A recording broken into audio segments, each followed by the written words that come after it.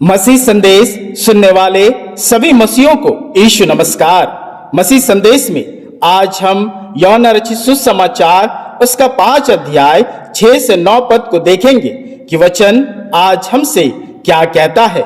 यूहन्ना रचित सुसमाचार उसका 5 अध्याय 6 से 9 पद। यीशु ने उसे पड़ा हुआ देखकर और यह जानकर कि वह बहुत दिनों से इस दशा में पड़ा है, उससे पूछा, क्या तू चंगा होना चाहता है? उस बीमार ने उसको उत्तर दिया, हे प्रभु, मेरे पास कोई मनुष्य नहीं कि जब पानी हिलाया जाए तो मुझे कुंड में उतारे, परंतु मेरे पहुंचते पहुंचते दूसरा मुझसे पहले उतर जाता है। यीशु ने उससे कहा, उठ, अपनी खाट उठा और चल फिर। वह मनुष्य तुरंत चंगा हो गया और अपनी खाट उठाकर चलने फिरने लगा। इस अध्याय में यूहन्ना हमें बताती है कि यह समय यहूदियों का फसह के पर्व का था और यीशु यरूशलेम में था।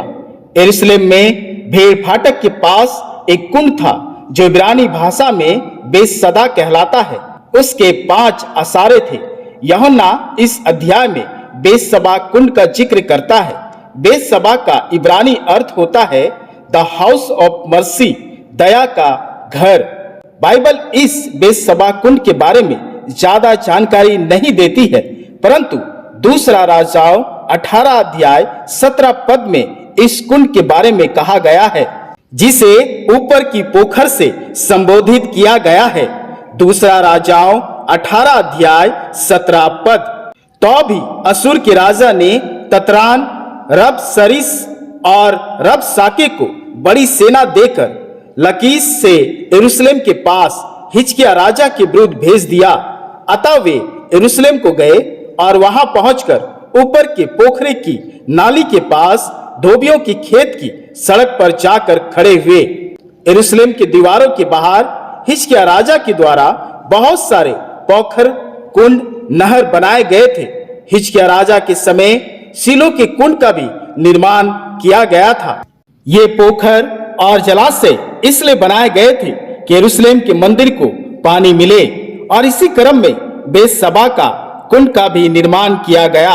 और बेतसबा का कुंड यीशु के समय काफी प्रचलित था, क्योंकि इस कुंड की यह खासियत थी कि स्वर्गदूत इसके जल को हिलाते थे और लोग इस कुंड से चंगे होते थे। यूहन्ना रचित सुसमाचार उसका 5 अध्याय 3 पद। इनमें बहुत से बीमार, अंधे, लंगड़े और सूखे अंग वाले पानी हिलाने की आशा में पड़े रहते थे, क्योंकि नियुक्त समय पर परमेश्वर के स्वर्गदूत कुंड में उतरकर पानी को हिलाया करते थे।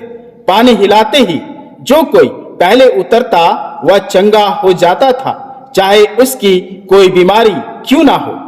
और ऐसा हुआ कि यीशु ने वहां एक बीमार व्यक्ति को देखा जो 38 वर्ष से बीमारी में पड़ा था।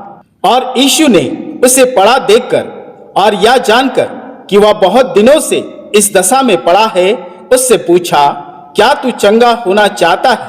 और तब उस बीमार मनुष्य ने उत्तर दिया, हे प्रभु, मेरे पास कोई मनुष्य नहीं कि जब पानी हिलाए जाए तो मुझे कुंड में उतारे, परंतु मेरे पहुंचते पहुंचते दूसरा मुझसे पहले उतर जाता है। मेरे प्रियो, इस बीमार व्यक्ति के पास कोई आशा नहीं थी। वह समझ चुका था कि वह खुद कुंड के पास जा नहीं सकता और उसके पास कोई मनुष्य भी नहीं था जो उसे ले जाए। गौर करने वाली बात यह है कि यीशु इस बीमार व्यक्ति से पूछा कि क्या तू चंगा होना चाहता है, यानी यीशु चाहता था कि उसे वो चंगाई दे, परंतु बीमार व्यक्ति ने कहा, मेरे पास कोई मनुष्य नहीं। इस बीमार व्यक्ति को अब भी मनुष्य पर ज्यादा विश्वास था कि कोई मनुष्य ही उसका मदद कर सकता है। मेरे प्रियो, क्या आज इस मनुष्य की तरह हमारा भी विश्वास यीशु पर कम और मनुष्यों पर ज्यादा रहता है? बीमार व्यक्ति के पास खुद यीशु खड़ा था, पर उसे किसी मनुष्य की सहायता का इंतजार था। मेरे प्रियो, यीशु जब साथ है तो हमें किसी मनुष्य की जरूरत नहीं। भजन संगीता उसका 118 और 8 से 9 पद। यहोवा की शरण लेनी मनुष्य पर भरोसा रखने से उत्तम है। यहोवा की शरण लेनी प्रधानों पर भी भरोसा से उत्तम है। मेरे प्रियो, इस मनुष्य को किसी सरदूत या जल की जरूरत नहीं पड़ी, क्योंकि यीशु उसके साथ था। मेरे प्रियो, हमारा भरोसा मनुष्यों पर नहीं, यीशु पर होना चाहिए। यूहन्ना रचित सुसमाचार उसका 5 अध्याय 8 पद। यीशु ने उससे कहा, उठ, अपनी खाट उठा और चल फिर। वह मनुष्य तुरंत चंगा हो गया और अपनी खाट उठाकर चलने फिरने लगा।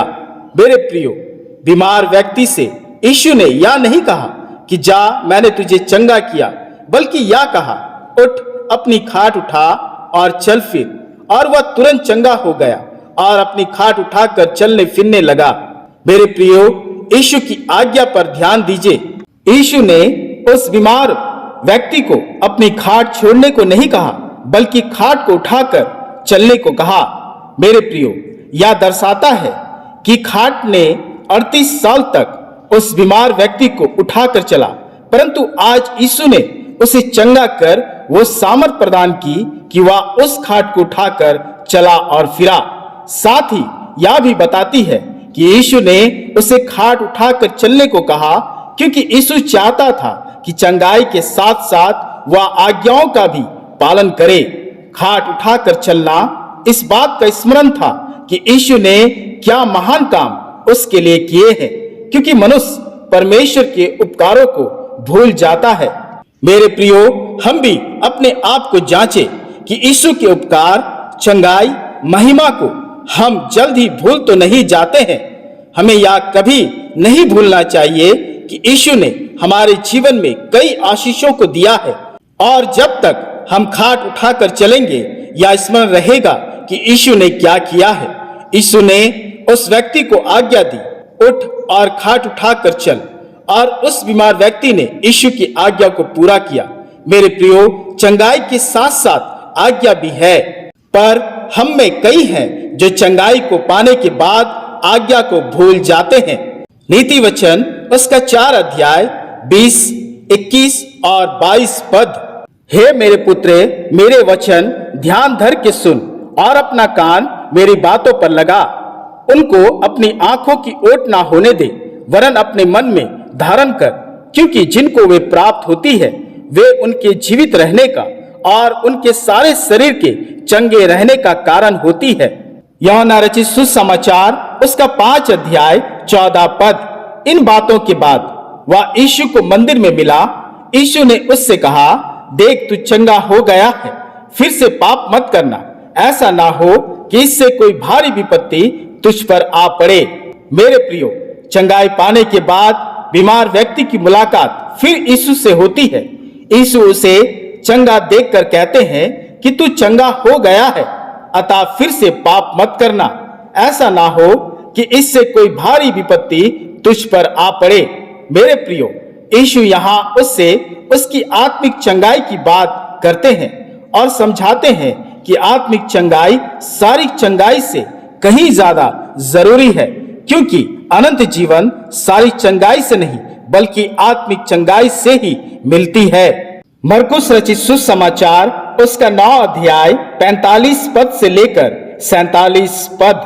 यदि तेरा पांव तुझे ठोकर खिलाए तो उसे काट डाल। लंगड़ा होकर जीवन में प्रवेश करना तेरे लिए इससे भला है कि 2 पांव रहते हुए नरक में डाला जाए, जहां उनका कीड़ा नहीं मरता और आग नहीं बुझती।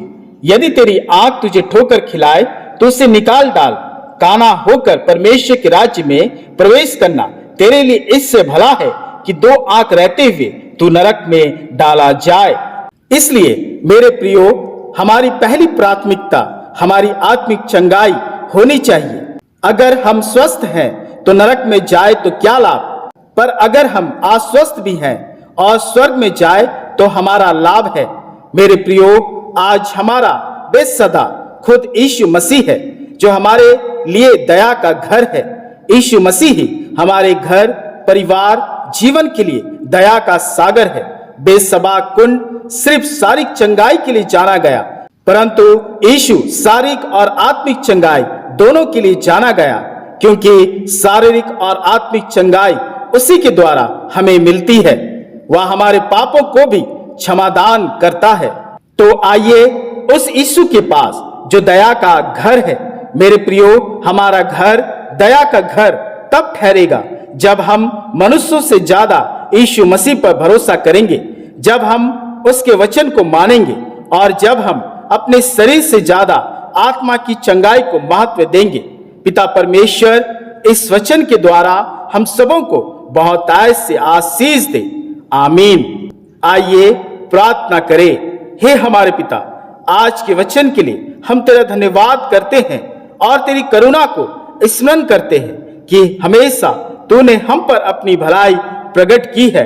हे पिता, यीशु मसीह के कारण आज हमें किसी जल के हिलने और स्वर्गदूत की आवश्यकता नहीं, क्योंकि यीशु मसीह ही हमारे शारीरिक और आत्मिक चंगाई का दाता है। इस घड़ी मैं अपने सभी मसीह परिवारों के लिए प्रार्थना करता हूं जो अपने बीमारी, रोगों और कष्टों से पीड़ित है। हे पिता, उन पर दया कर, उनका इंतजार अब खत्म हो, उनका भरोसा तुझ पर हो।